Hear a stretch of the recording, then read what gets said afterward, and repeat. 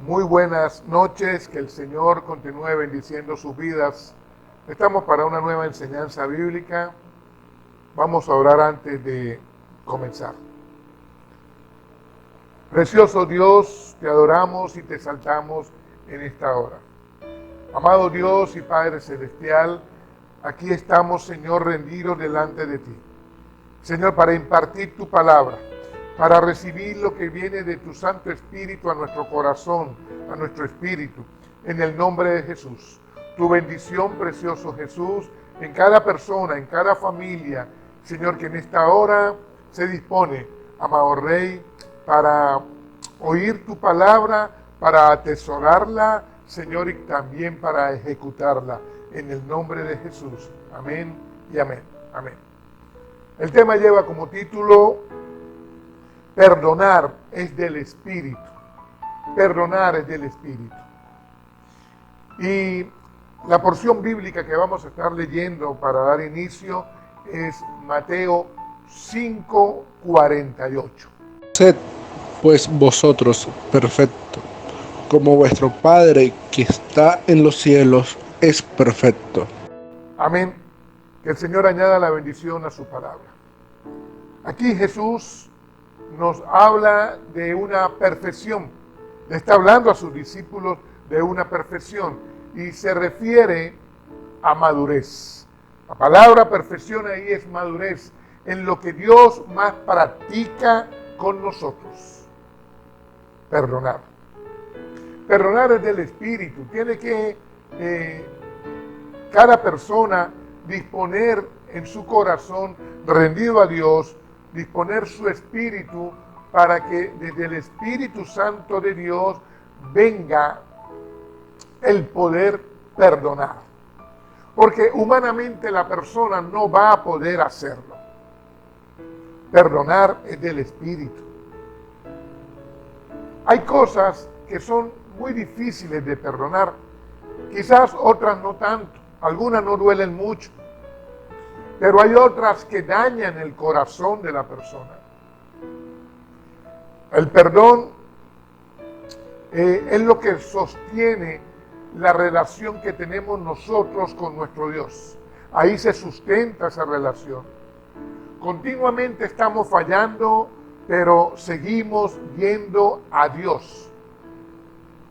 Gracias a Dios, porque en Él hay perdón de pecados. ¿Qué es más difícil? ¿Pedir perdón o otorgarlo? ¿Qué cree usted que puede ser más difícil para la persona?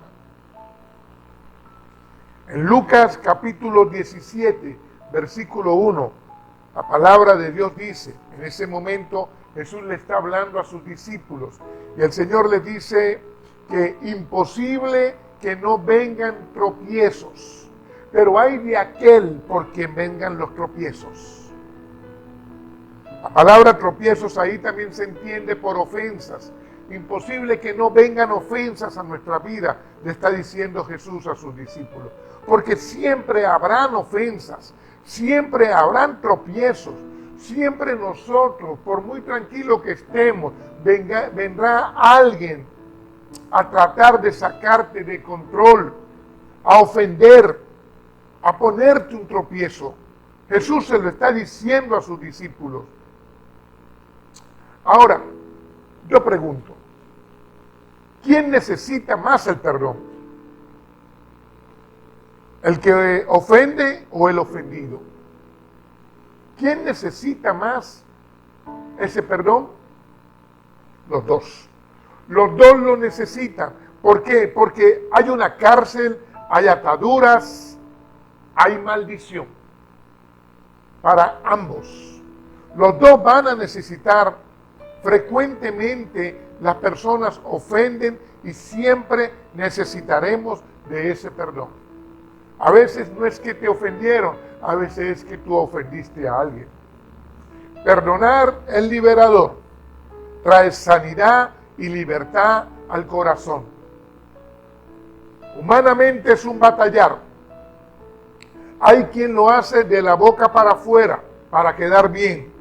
Y ahí el corazón no es libre, porque ese corazón queda atrapado y enfermo.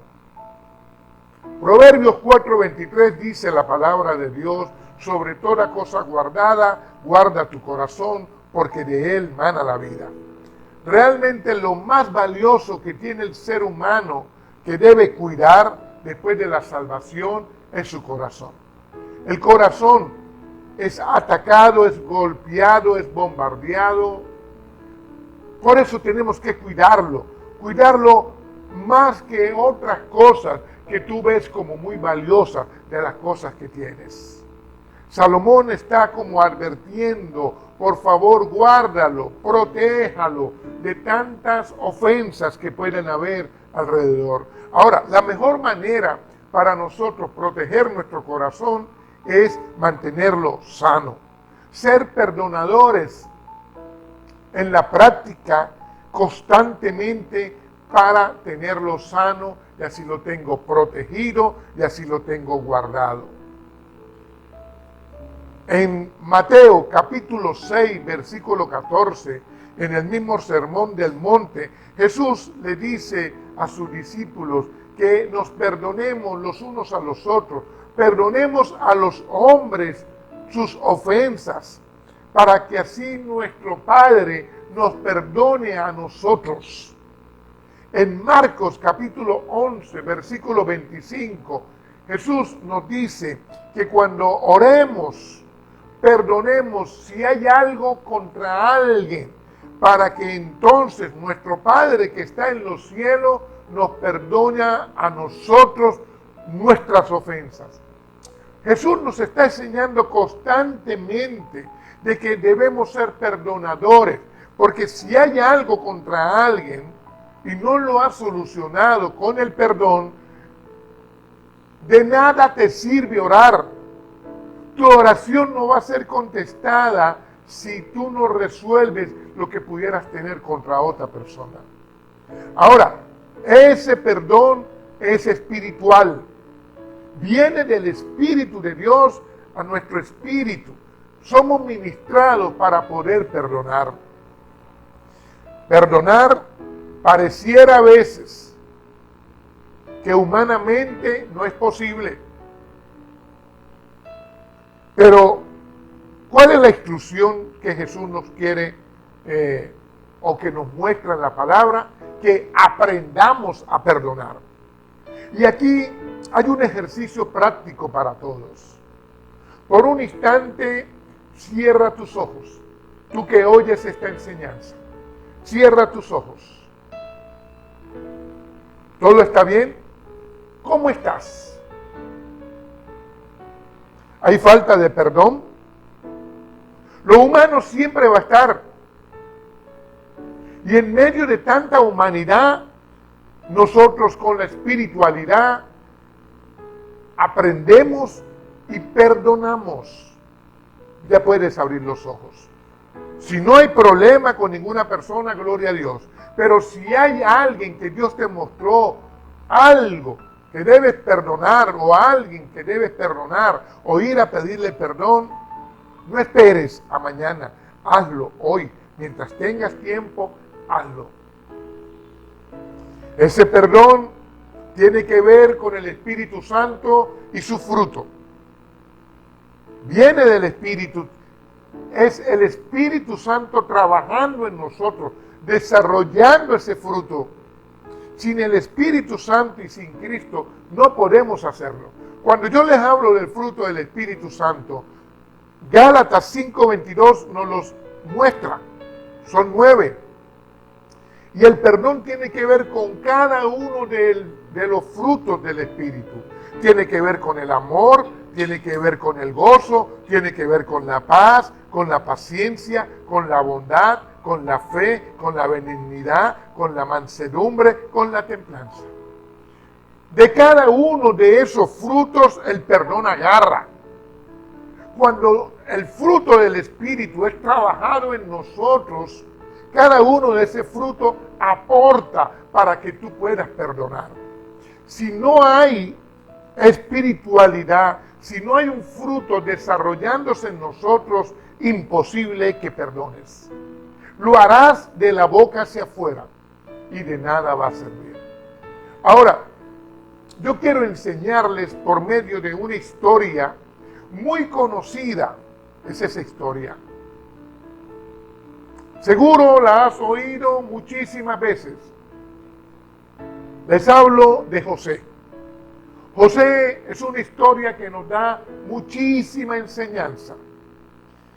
Y aunque tú la conozcas, si dispones tu corazón, Dios te va a hablar. De seguro te va a hablar. Y esta historia tiene 3 partes. La primera parte se desarrolla en los capítulos 37, 39 y 40. Fueron años muy duros para José. José tuvo quizás una infancia como muchos de nosotros. Luego una adolescencia más difícil quizás, ya sin su mamá. Y llegó a los 17 años rodeado de sus hermanos. Son 2 hermanos, 10 mayores que él. Vive con su papá y sus hermanos. José es soñador, es el engreído, el consentido de la casa, el hijo de Raquel, la mujer que más amaba a Jacob. Los otros hermanos de diferentes mujeres. Era difícil la convivencia en ese tiempo para José. Sus hermanos le tenían envidia. A ellos les molestaba que el papá le había comprado una túnica a José, les molestaba que José soñara, les molestaba que José fuera el favorito de papá. Le dejaron de hablar, lo despreciaron, lo vendieron. A los 17 años ahora está desterrado, lejos de casa. Y entonces, en un abrir y cerrar de ojos, José está en la casa de Potifar, como esclavo. ¿Qué hace José en esa casa? ¿Cómo llegó él ahí? Fue vendido por sus hermanos, un esclavo más, y es llevado a casa de Potifar. La Biblia dice que Dios lo prosperaba. ¿Cómo lo prosperaba Dios siendo esclavo? Dios trabajaba por dentro de él. La prosperidad de Dios es un crecimiento espiritual primeramente. Era lo que Dios trabajaba por dentro de José. Sin embargo, quizás él se preguntaba, ¿por qué me pasa esto a mí? ¿Por qué esta situación así, de esta manera? ¿Por qué ahora lejos de casa, de la comida de casa, del cuarto que tengo yo allá en mi casa? ¿Por qué ahora esclavo en un lugar desconocido, gente desconocida? Como muchos de nosotros nos hemos preguntado, ¿por qué nos pasan cosas así por tiempo? ¿Por qué? ¿En qué momento yo caí en esto? ¿Por qué me ocurre esto? Y la pregunta se le hace a Dios, y la gran parte de esas preguntas no tienen respuesta. José está esclavo en esta casa. Potifar tiene una mujer, una esposa, quizás debe ser muy bella la esposa de este poderoso. Y esta mujer empieza a seducir al joven José. Y de ese pecado la Biblia nos muestra que debemos correr. De ese tipo de tentación hay que correr. José fue tentado, quizás en la rayita, él corrió. Porque la mujer de Potifar se quedó con la ropa de José en sus manos. José corrió, pero igualmente fue culpable en esa situación. Lo metieron preso, siendo inocente, y se seguía preguntando, ¿por qué Dios? ¿Por qué le ocurría esto a él? Preso, Dice la Biblia, sin embargo, que Dios estaba con él. Pero cuántas cosas vendrían a su mente, cuántas lanzas a su corazón, cuántas preguntas sin respuesta, cuántas lágrimas. Sin embargo, la Biblia dice que Dios estaba con él. Y realmente Dios estaba con él. Porque José aprovechó todo el tiempo que estuvo en la cárcel. Encerrado, no le era fácil, quizás olvidado, abandonado, pero él siempre hablaba con Dios.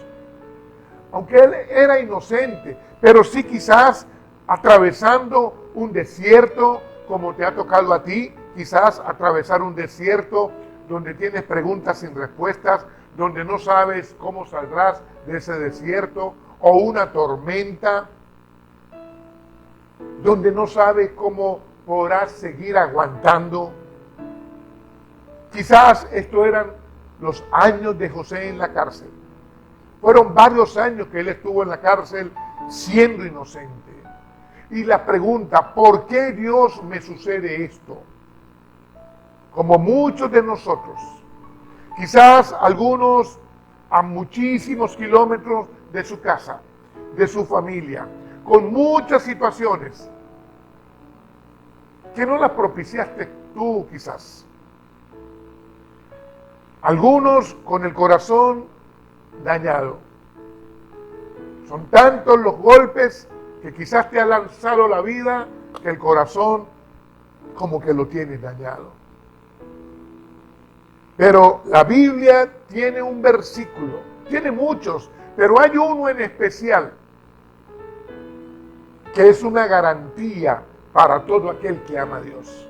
Romanos 8:28, la palabra de Dios dice que a los que aman a Dios, todas las cosas le ayudan a bien, conforme al propósito con que fueron llamados. Amar a Dios. ¿Cómo amamos a Dios? Amar a Dios es obedecer su palabra. Amar a Dios es rendirnos delante de Él. José amaba a Dios. Mi pregunta, ¿cuánto tú amas a Dios? Porque por muy difícil la situación que estés atravesando, hay una garantía para el que ama a Dios. Y esa garantía es que todas las cosas, por difíciles que sean, por terribles que sea una situación, Dios está al control de todas las cosas.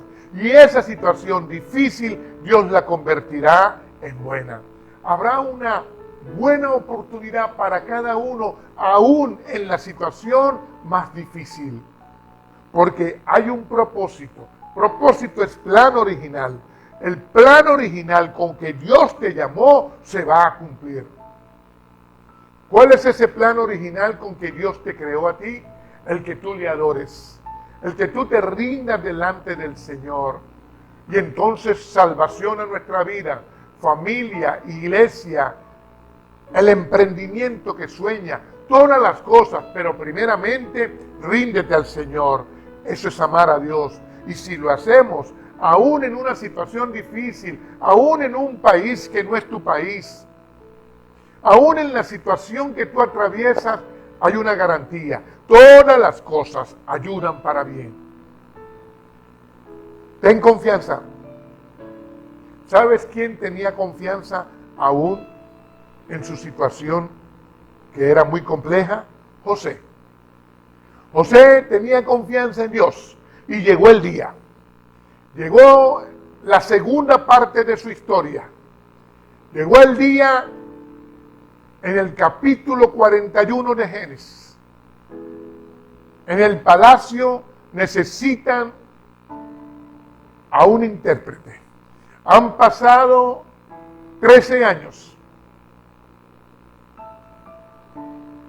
La situación, un hombre que sale de la cárcel, donde estuvo pagando una condena de la que era inocente.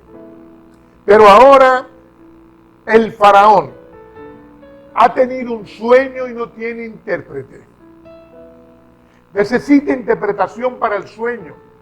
El copero, a quien José en la cárcel un tiempo atrás le había interpretado un sueño a él y al panadero. El panadero murió porque en la interpretación del sueño iba a ser ahorcado.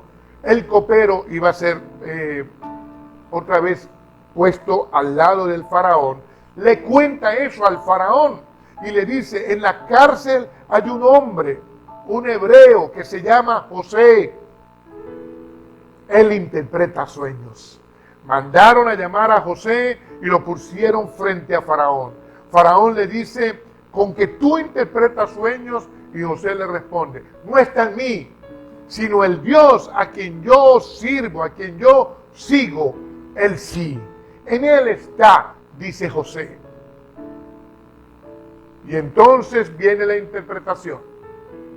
Las 7 vacas gordas y hermosas, las 7 vacas feas y flacas, las 7 espigas,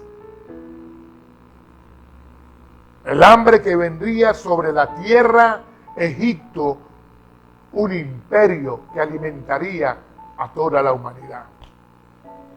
Esa era la interpretación del sueño. Impresionante, impactante, delante de todos los sabios, quizás delante de todo el gobierno de Egipto. José, con el poder y la sabiduría de Dios, interpreta el sueño al faraón. Dios mostrando lo que iba a ocurrir, porque Dios tiene el control de todas las cosas. Y el faraón dice: ¿dónde hallaremos a alguien con la sabiduría de José? ¿Habrá otra persona igual? Y el mismo faraón, impresionado con quien era el Dios de José, a quien José servía. Y entonces José es nombrado Señor de la tierra. Le colocan el anillo, le colocan el collar de oro, igualmente que el anillo de oro, ropas finas, le entregan un carro de ese año, de aquel tiempo. Es el segundo en poder en el imperio egipcio. Y la vida de José cambió. Su esposa, 2 hijos, gobierno, poder, bendición de Dios. Cuando vino los 7 años de abundancia para Egipto, la Biblia dice que el trigo en Egipto era como la arena del mar. Cantidad y cantidad de trigo. Y almacenó José todo esto. Estadísticamente, José había aprendido en la cárcel. También en planificación, en administración, además de todos los idiomas que hablaba. Todo lo que ese hombre aprendió en un lugar quizás que muchos desechan, él sí lo aprovechó y lo llevó a cabo. Y todo esto lo puso en práctica. Porque el lugar terrible que tú puedas estar atravesando hoy, de ahí, Dios te saca y Dios cumple su propósito en ti. Y Dios va a usar cada una de las cosas, aquello que tú aprovechas hoy, aún con las dificultades, aquello en lo que has tenido que prepararte hoy. Quizás no estaba en el programa, pero Dios lo va a usar a tu favor. Y así fue con José. Cuando vino el hambre sobre Egipto y sobre la tierra, ellos estaban preparados. José, el siervo de Dios, estaba al frente. Eso es lo que marca la diferencia en nuestras vidas. ¿A quién servimos? ¿En quién creemos? ¿Quién es nuestro Dios? Ahí está nuestra confianza. Y ahí estaba la confianza de José. Dios lo usa para salvar en aquel tiempo a la humanidad para no morir de hambre. Y viene el tiempo más difícil para José. La tercera parte de su historia. Y aquí, en lo que menos quizás muchos esperan, es cuando ocurre lo más difícil para este hombre. A partir del capítulo 42, 43, 44, tiene situaciones bastante terribles. Sus hermanos en el capítulo 42 vienen desde Canaán hasta Egipto a buscar alimento. Se moría de hambre la tierra y vienen al único que tiene alimento, José. Ellos no saben que es su hermano. Vienen sin su hermano menor, Benjamín. Ellos no se enteraron que él era José, pero José sí los conoció, aunque no lo hizo saber. Y se le revolvió todo a José. La Biblia dice que él se acordó de todo. Habían pasado ya unos cuantos años. José tiene cerca de 40. Cuando fue vendido tenía 17. Ya tiene José casi 10 años al frente de todo Egipto. Después de Faraón, él era el que daba las órdenes. Y José se acordó de todo. La Biblia dice que les habló áspero. Los acusó de espías. José como que quiso vengarse ahí mismo. Sin embargo, los hermanos de José hablaron. Le dijeron: tenemos un papá que está muy anciano, tenemos un hermano pequeño que no vino con nosotros, hay otro hermano que desapareció. Se estaban refiriendo al mismo José, como si ellos no hubiesen sido quienes lo habían vendido. José los metió presos 3 días. Luego los suelta y deja a Simeón encarcelado mientras le traen a Benjamín, mientras ellos comprueban de que es verdad lo que están hablando. José utilizó un intérprete para no mostrarse como José, como hebreo. Y los hermanos hablaban entre sí. Dice la Biblia que empezaron a reconocer aquello que le habían hecho al hermano. Dios les mostró seguro. Y ellos reconocieron que habían hecho mal. José está ahí, ellos creen que no les está entendiendo y José está oyendo todo. Se fueron a buscar a Benjamín, Simeón quedó preso, fueron a buscar a su hermano menor, ellos iban sorprendidos, asustados y quizás arrepentidos. Capítulo 43 de Génesis. Jacob, cuando le cuentan todo esto, Jacob no quiere dejar que venga Benjamín. Es su hijo menor. Ya perdió a José, de los hijos de Raquel, que él más amaba. Benjamín es el menor. Ya no es tan niño, pero José no lo quiere dejar venir. Sin embargo, Judá se compromete. Y hay que traer sí o sí a Benjamín, porque si no, no hay más comida, no hay más alimento. Además, tenían que rescatar a Simeón. Ellos regresan a Egipto, traen a Benjamín. Jacob accedió a que trajeran a Benjamín. Y la Biblia nos muestra que José tenía los sentimientos encontrados. Tenía revuelto su ser interior. Por un lado quizás quería vengarse, pero por otro lado quería abrazar a sus hermanos. Por una parte quizás meterlos presos, pero por otra parte preguntarle cómo está papá, cómo están en casa. Sentimientos encontrados como muchas personas que no logran definir hoy en día qué hacer con sus vidas. Y José, más aún cuando le traen a su hermano menor que lo tiene con él, no sabe qué hacer. Incluso le traen regalos que Jacob le había mandado a él sin saber Jacob que era su hijo. Y él quizás con lágrimas en los ojos, quizás en algún rincón de ese salón para que no le vieran llorar, adentro de él su corazón está que explota. No sabe qué hacer. Capítulo 44. José manda que metan en los sacos del trigo su copa de plata. con la que él bebía vino, su copa personal, que la metan en los sacos de trigo.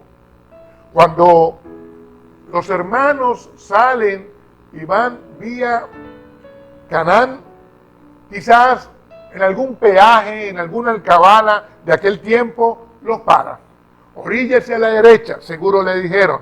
Revisaron los sacos y en uno de los sacos va la copa de plata. Ellos, sorprendidos, rasgan sus vestiduras. ¿Por qué? Porque ese saco donde iba la copa es el de Benjamín. Y ellos no pueden llegar a Canaán sin Benjamín. Se moriría Jacob. Ellos se humillan, ellos no hayan ya qué hacer. José, cuando están frente a José, José les reclama. José les dice: ¿por qué ustedes se llevan la copa? ¿Por qué ustedes se están robando acá si yo les di confianza? Judá habla con José y le dice: déjame a mí en lugar de mi hermano. No podemos presentarnos ante mi papá sin nuestro hermano menor. Ya él perdió a uno que amaba mucho. No podemos llegar a casa sin el menor. José había planificado un plan para que se quedara ahí. Lo había planificado que Benjamín debía quedarse como siervo. Pero hay veces el hombre pudiera planificar unas cuantas cosas, pero la última palabra en nuestra vida la tiene nuestro Dios. Cuando nosotros servimos a nuestro Señor, cuando nosotros pertenecemos al pueblo de Dios, algo va a hacer Dios en nuestras vidas. Y aunque Él tiene una lucha, Él decide perdonar. La Biblia nos muestra en el capítulo 45 de Génesis, versículos del 1 al 8, lo que ocurrió en ese lugar. No podía ya José contenerse delante de todos los que estaban al lado suyo, y clamó: haced salir de mi presencia a todos. Y no quedó nadie con él, al darse a conocer José a sus hermanos. Entonces se dio a llorar a gritos, y oyeron los egipcios, y oyó también la casa de Faraón. Y dijo José a sus hermanos: yo soy José, ¿vive aún mi padre? Y sus hermanos no pudieron responderle, porque estaban turbados delante de él. Entonces dijo José a sus hermanos: acercaos ahora a mí. Y ellos se acercaron. Y él dijo: yo soy José vuestro hermano, el que vendisteis para Egipto. Ahora pues, no os entristezcáis, ni os pese de haberme vendido acá, porque para preservación de vida me envió Dios delante de vosotros. Pues ya ha habido 2 años de hambre en medio de la tierra, y aún quedan 5 años en los cuales ni habrá arada ni siega. Y Dios me envió delante de vosotros para preservaros posteridad sobre la tierra y para daros vida por medio de la gran liberación. Así pues, no me enviasteis acá vosotros, sino Dios, que me ha puesto por padre de Faraón y por señor de toda su casa y por gobernador en toda la tierra de Egipto. El Señor añada la bendición a su palabra siempre. José decide perdonar a sus hermanos. Quizás contra algo de su humanidad. La humanidad siempre va a estar. Y José, por encima de esa humanidad, decide perdonar a sus hermanos.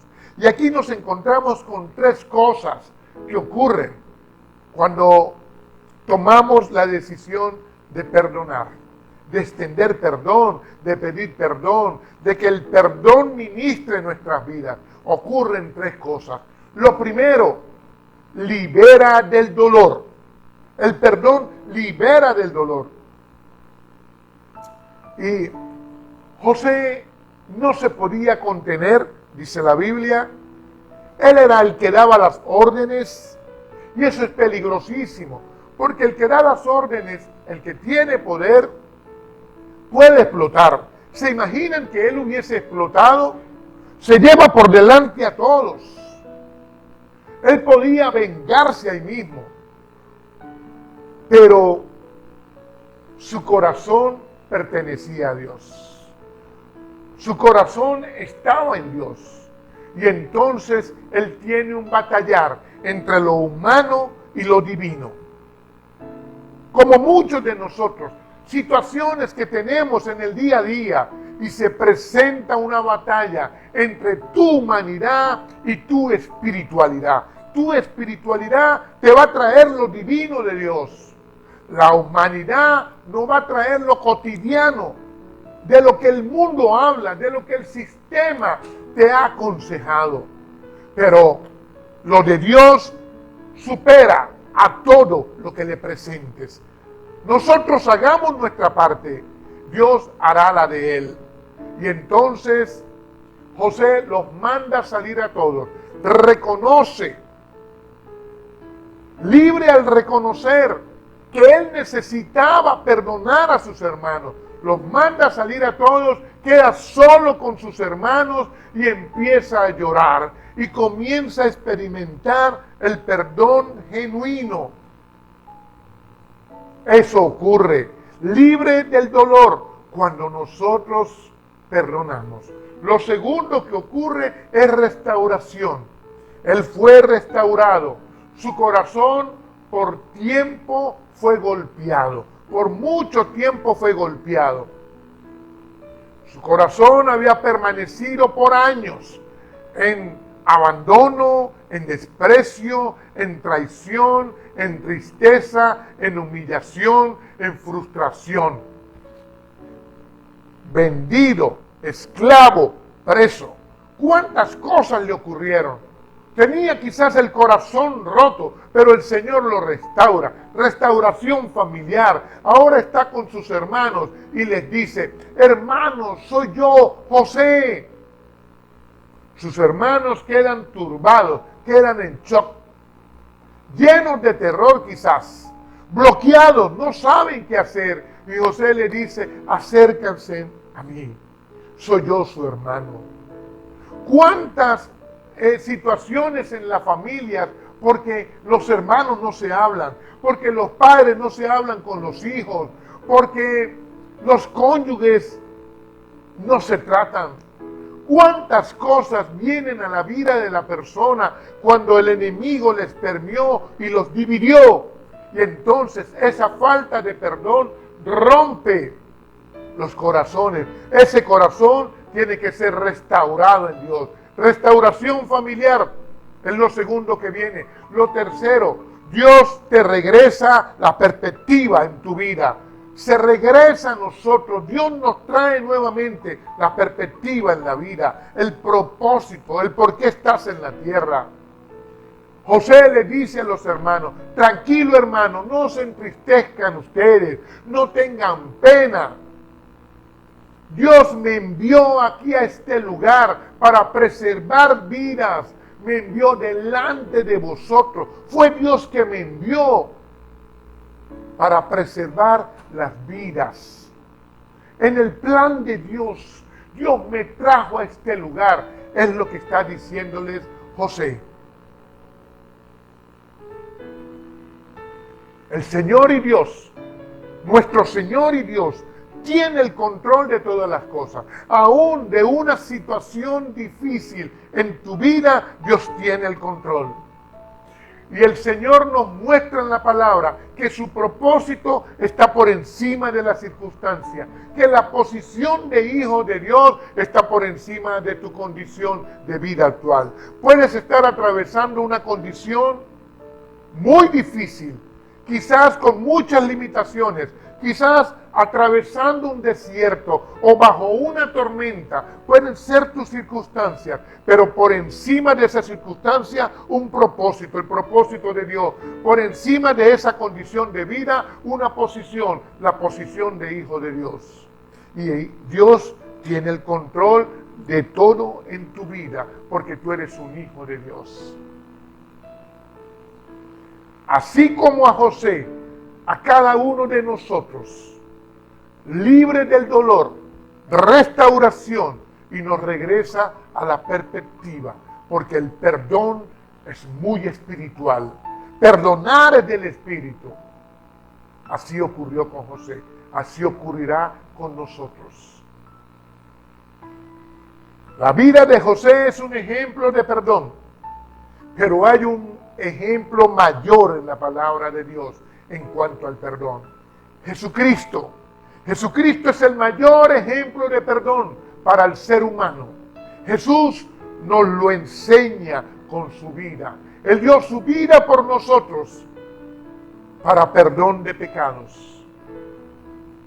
Estaba profetizado en el Antiguo Testamento, en Isaías 53:5, estaba escrito que Él, herido por nuestras rebeliones, molido por nuestros pecados, el castigo de nuestra paz fue sobre Él y por su llaga fuimos nosotros curados. Esa cura es sanidad total, sanidad del espíritu, sanidad del alma, el corazón, sanidad física. Eso hizo el Señor Jesucristo en la cruz por nosotros. Su vida para perdón de pecados de cada uno de nosotros. El perdón, la falta de perdón en la persona. Aquel que no quiere perdonar está en ataduras, está en maldición. Por eso Jesús nos quiere enseñar. Pero perdonar se aprende. Jesús te quiere enseñar, ten la disposición de aprender. Y no es lo que el mundo te ha dicho, es lo que Jesús dice en su palabra. ¿Qué dice Jesús? Mateo capítulo 5, del 38 en adelante, pero solamente les voy a hablar del 43 al 45. La Biblia dice, oíste que fue dicho, amarás a tu prójimo y aborrecerás a tu enemigo. Pero yo les digo, dice Jesús, yo les digo, amarás a tu enemigo, bendecirás a los que te maldicen, harás el bien a quien te aborrece, vas a orar por quien te ultraja y te persigue, para que seáis hijos de vuestro Padre que está en los cielos, que hace salir el sol para malos y para buenos, que hace llover para justos e injustos. Ese es Jesucristo, ese es nuestro Señor. Por eso yo perdono, porque es una enseñanza de Jesucristo a nuestra vida. Jesús nos dice, sé pues perfectos, tengan madurez, seamos como vuestro Padre que está en los cielos. ¿Qué es nuestro Padre? Perdonador. El Padre Dios, por su amor, nos dio a su Hijo. Su Hijo, por su amor, nos dio su vida. Primera de Juan 3:16. En esto conocemos el amor de Dios, en que Él puso su vida por nosotros. También nosotros pongamos la vida por nuestros hermanos. ¿Qué es poner? Poner es morir, pero ya Jesús murió por nosotros. Ahora nos toca que morir a cosas que vienen a nuestro corazón y nos dicen, quizás que ojo por ojo, que el que me la hizo me la paga. No, a eso morimos. Y es como Jesús lo dice, yo pongo mi vida. Hay cosas que quisiera en mi humanidad, pero no es en mi humanidad, es en mi espiritualidad. Lo que el Señor pone en mi vida es por su espíritu. ¿Con qué estás luchando tú hoy?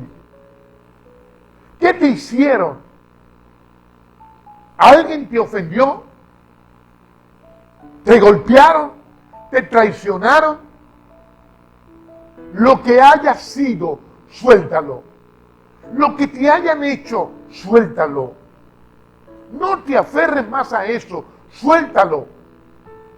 Y que el Señor se lleve aquello que te ha producido tanto dolor, tanta tristeza. Que el Señor se lo lleve, que el Señor lo arranque, pero tú tienes que soltarlo. Porque el Señor sí te conoce, el Señor sí sabe lo que es. Él, nuestro Señor Jesucristo, está ahí, al lado tuyo, cerca de ti. Solamente rinde tu corazón. El Espíritu Santo nos ayuda y el Espíritu Santo nos revela. Juan 14:26, la palabra de Dios dice: mas el Consolador, el Espíritu Santo, a quien el Padre enviará en mi nombre, dice Jesús, Él os enseñará todas las cosas y te recordará lo que yo os he hablado, dice Jesús. El Espíritu Santo nos va a enseñar, nos va a recordar lo que está en la palabra, nos va a direccionar. La Biblia dice también en Juan 16:14, dice: Él me glorificará, hablando Jesús acerca del Espíritu Santo. Él me va a glorificar, tomará de lo mío y os lo hará saber. ¿A quiénes? A nosotros. El Espíritu Santo toma lo de Jesús y lo pone en nosotros. ¿Sabe qué hizo Jesús? Perdón. Lo estaban crucificando en la cruz y Él perdonó nuestros pecados. El Espíritu Santo toma de Jesús perdonador y lo pone en nosotros para que seamos perdonadores como Él.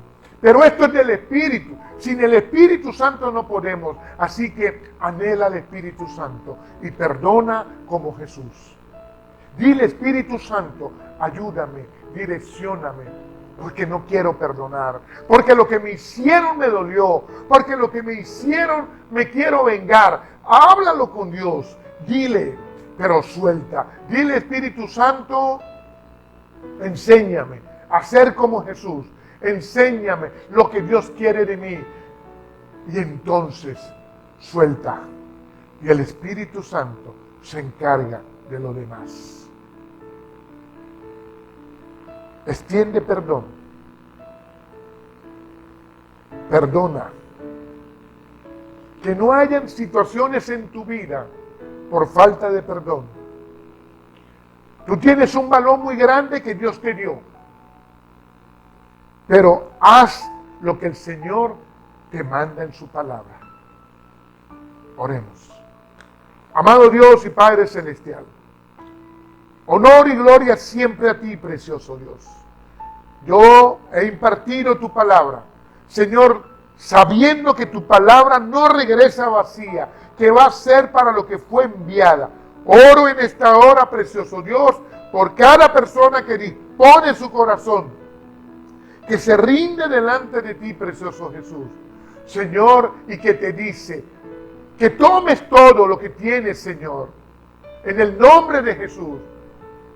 Que la espiritualidad venga a su vida, trabaje en su espíritu para poder soltar, para poder liberar, para poder perdonar. En el nombre de Jesús, en el nombre de Jesús. La palabra de Dios dice en 2 de Corintios 3:17 que donde está el Espíritu del Señor, ahí hay libertad. Porque el Señor es el Espíritu y el Señor ministra tu vida en esta hora y trae perdón de pecados. En el nombre de Jesús, poder de Dios que sana, que liberta, que restaura, que perdona nuestros pecados y nos imparte el perdón para ser perdonadores, como lo es nuestro Dios. En el nombre de Jesús. Amén, amén y amén.